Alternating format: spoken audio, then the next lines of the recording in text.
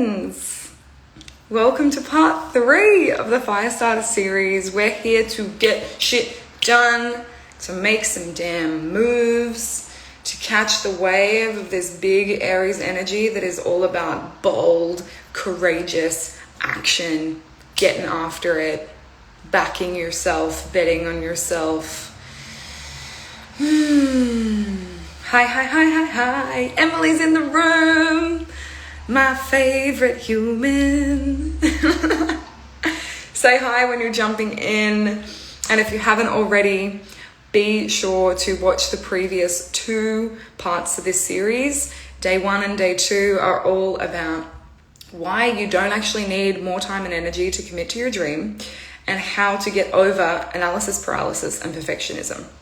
So today, to wrap it all up in a neat little package, we're going to be talking about how to sustain the change that you make and how to stop backsliding into shitty, bad behaviors and habits that keep you stuck so that you can actually integrate this change into your identity. So as you're joining, I'd love to hear what your current goal is, something that has been knocking at the door. I've asked you this every day, and I'm curious, for those of you that are in the room again, has it changed? Has it shifted? Has it become more clearer even since declaring it? Like, what is it that you want? What is it that you want and would be miraculous to have in a month's time? Because a lot of the time when we think about what we want and we fantasize and we daydream, it's like all the way over there, right? It's like 10 years from now, 5 years from now, when we're old, when we're somewhere other than here. And that is more safe because it doesn't threaten our current identity, right? We just think, oh, I'll wake up one day and it would have miraculously happened. And this is the exact kind of passive existence that I'm here to disrupt and be the fire starter for you to actually move toward those dreams, because they don't happen by accident. They don't happen by accident. Oh, immediate shift after yesterday's live. Tell me more. This is proof, right? With someone that is committed to being open and receiving this and actually letting it all the way in and move something. Rather than I'm sipping my coffee, I'm eating my cereal, I'm just going to put this thing on and watch it and listen for the sake of plugging up my ear holes so I don't have to listen to my own thoughts. If that's what you're doing, leave. If that's what you're doing and you would like to stay, just check in. How much of myself am I really being here right now? And is the information that I'm consuming actually translating to transformation? Is the information I am consuming actually translating to transformation? Because that's why you're here. That's why you scroll. That's why you watch. Right? You want to be moved. You want to be changed. So this series is all about actually getting you to do the damn thing that you've been saying you want to do, that you've been dreaming you want to do. Maybe you've talked about it for a really long time, and every time someone checks in with you about it, you're like, oh yeah, nothing's changed yet. Because ain't nobody got time for that, honestly, especially in Aries season. Like, it is go time. There is such a satisfaction in results because we're human. I talk a lot and I have courses and programs on the manifestation process. And while about 80% of that is focused on the inside, how it feels, and the invisible, I'm never going to deny the fact that we freaking get off on the tangible, sensual experience of the manifestation. And without making the moves, it doesn't happen. You don't meditate your way to launching a program. You don't journal your way to manifesting $1 million. There's other things that are in place there. So Firestarter, my one-on-one, very intimate, quick and dirty path to do the damn thing that you've been putting off and reap the satisfying reward of results. There's only 3 spaces for this intake. It's one-on-one. And it's a 5-week firecracker cauldron of co-creation. So this offering is all about implementing what I've talked about through this live series. Breaking bad habits, actually sustaining change, rather than just having like the hype of transformation and getting all excited and setting new goals and intentions, but actually implementing them, shifting your identity to become that person that has what you want.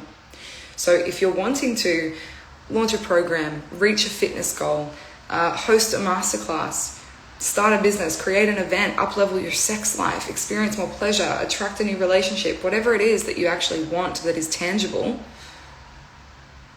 Firestarter will get you there. So if that kind of turns you on and you want more, just slide into my DMs after this.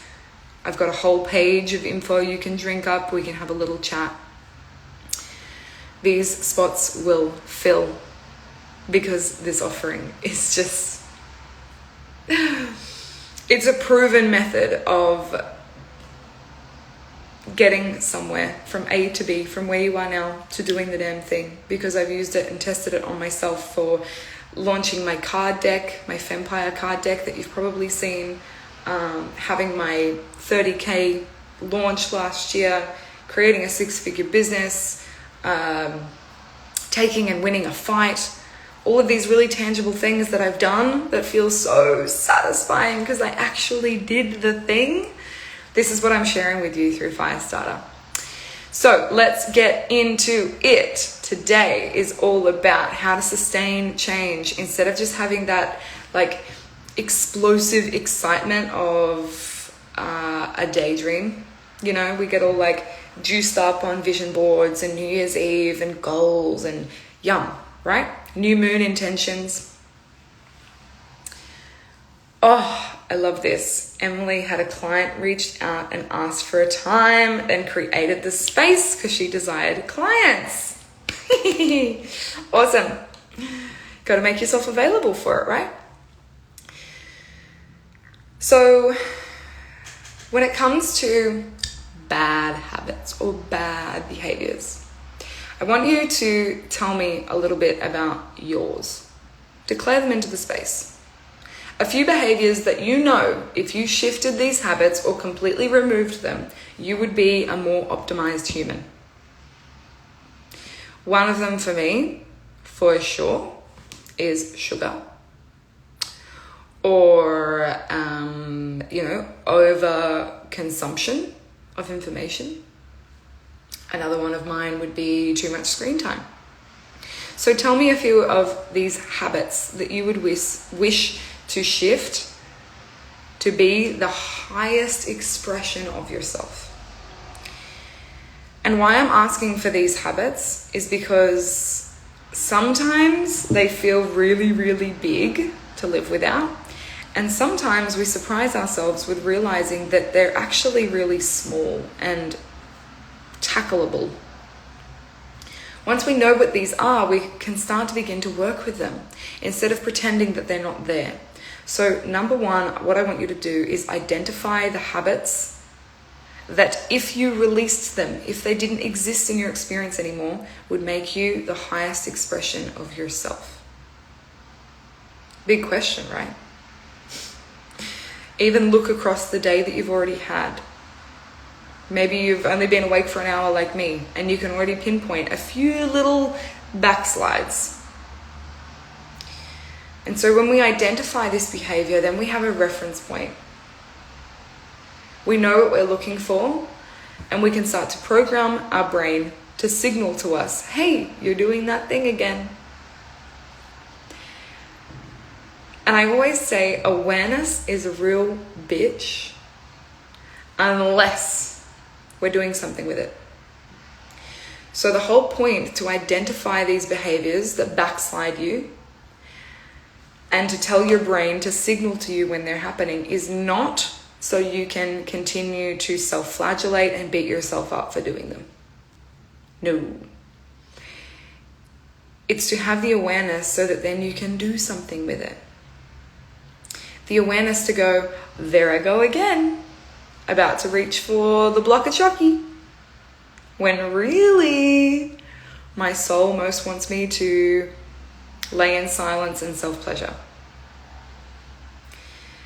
There's nothing wrong with what happens inside as we go to one of these default behaviors. It is likely such an embedded program that you have been running for most of your life, which is why awareness is the key to shifting it. And a lot of the time we believe that behavior change has to be this big, intense, cathartic experience. Like you walk into a body worker one way and you leave the session completely different.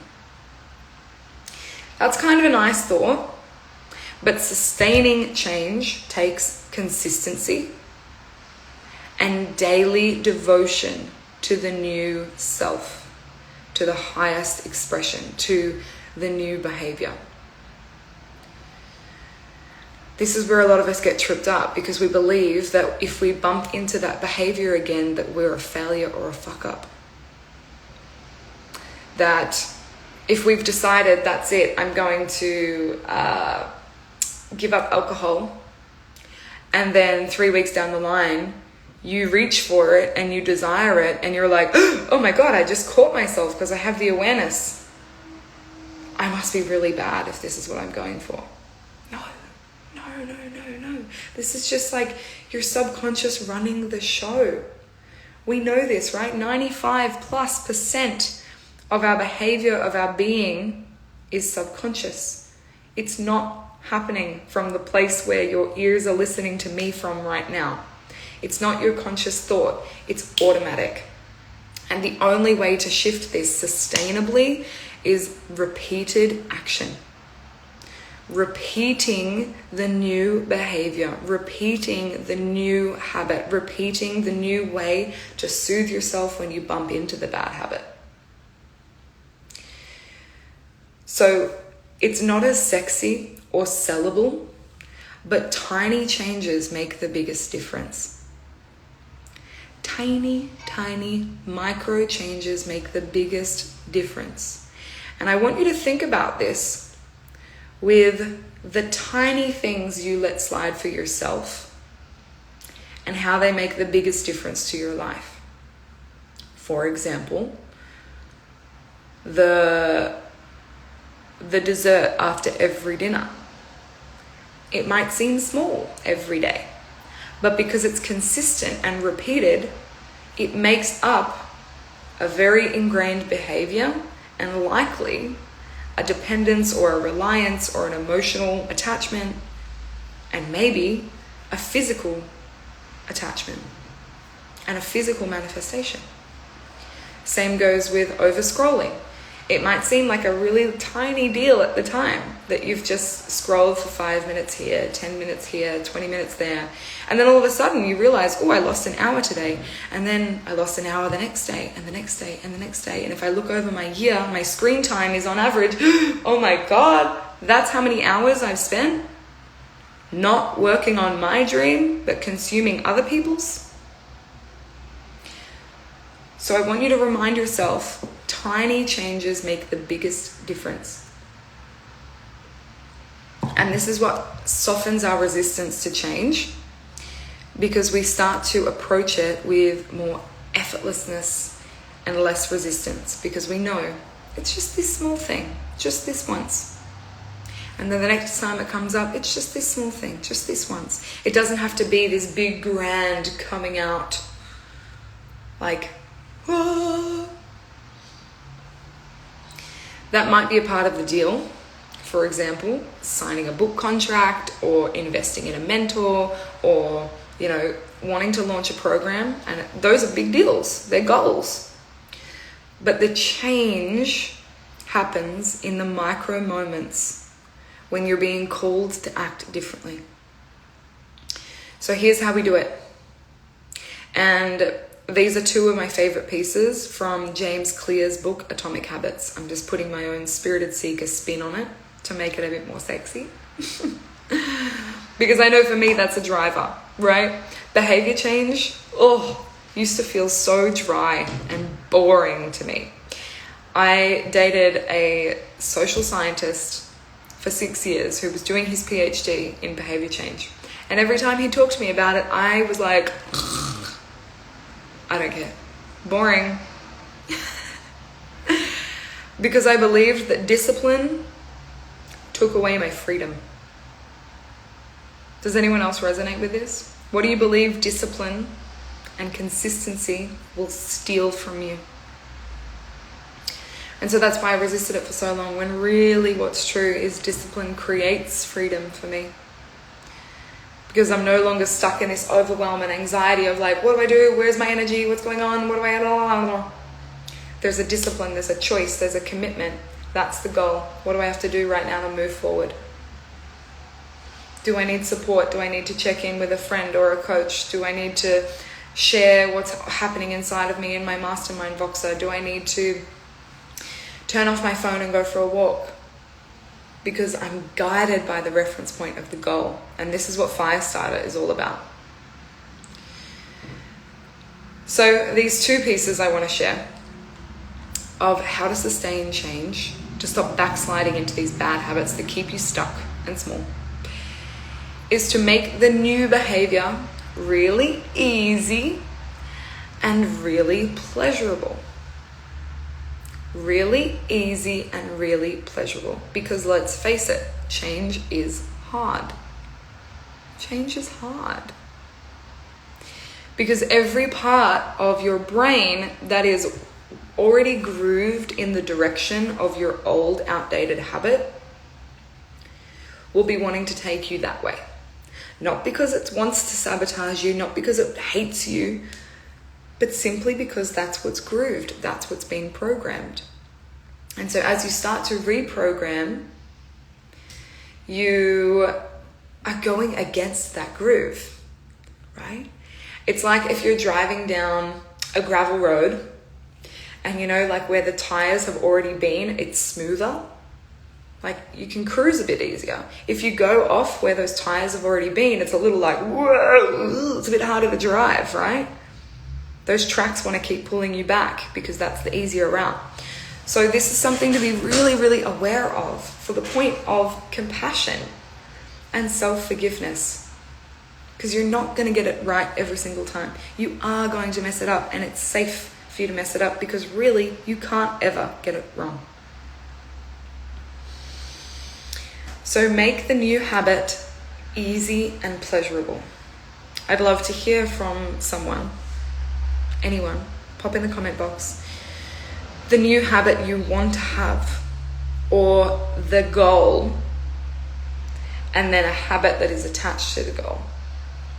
So if the goal is, like Emily said, I want X amount of clients, then the habit that is attached to this goal is, right, what's involved in receiving more clients. Having a better relationship with money, being open to receive and let money in, creating content that really speaks to the ideal clients. And so then we can break down the micro habits. Okay, am I creating content? Am I relating to money healthily? And how can I create these new behaviors from a place of ease and pleasure? Because a lot of the time we're used to behavior change through punishment. And so this is a rewiring of the nervous system too, to tell ourselves it is safe to change. It is safe to change. It's safe to experience this new behavior. It's safe to play here because we're not going to get punished if we screw it up. So those micro habits, those micro moments, make them as easy and pleasurable as possible. Make it harder to default to the bad habit, to the old habit, to the outdated operating system. I want you to have a think about this and note this down. And you might like to come back and drop it in the comment boxes later. Another example might be, you know, for the screen time thing for me, I make it really easy on myself because my night shift mode is automatically on from 8 p.m. till 8 a.m. So I don't get any notifications. I see my phone screen go dark if I pick it up and it's a reminder, oh, you've just picked up your phone again. Watch that, you cheeky thing. And then I put it down and I go back to what I was actually wanting to do. Technology is a beautiful way to support yourself through this. Harness and utilize these things. The last thing I want to speak to is get to the root of the bad habit via self-pleasure. This is how we actually sustain change, when we know how to be in our body. And also, the big miraculous cathartic release of the bad habit can actually exist if we know how to completely surrender and open. I've had experiences of this in sex and intimacy, self-pleasure, body work, plant medicine, where I walked in one way, holding something, and I walked out with it no longer a part of me. And so, of course, make room for that miracle. Make yourself available for that. But it does require a level of openness, open-mindedness, commitment, and devotion to meeting yourself to the depths of why that behavior exists in the first place. As a protective mechanism, as a comfort, as an emotional salve. And so who are you without it? The highest version of yourself. But also, firstly, if it's acted as a vice for a deep part of you, for the inner child, for the hurt, for the pain, that stuff's going to all come up when you remove the habit. And so if you want to sustain change, you best bet you got to get good at being with your discomfort.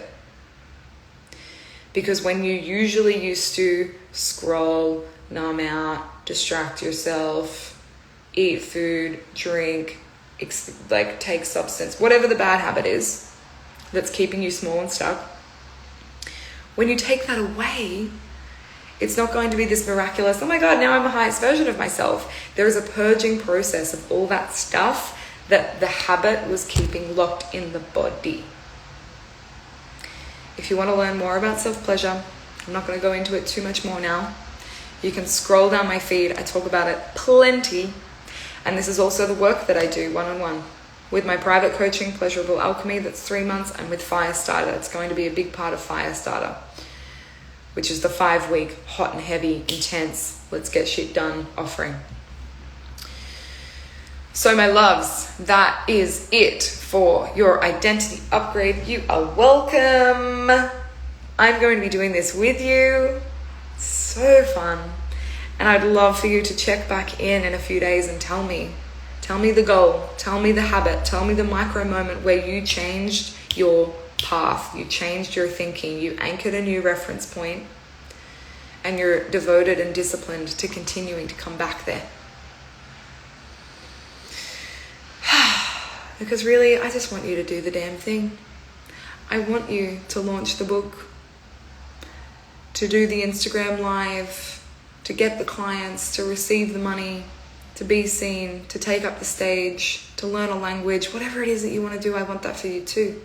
Because why else are we here? Why are you waiting? Let's make the dream a reality, baby. And if you need support, Firestarter is your place. DM me if you want more details. We start as soon as you purchase. The Voxer thread will open and you get me in your back pocket as your hype girl for 1 month. So good. Okay, have a beautiful day. May all your wildest dreams come true.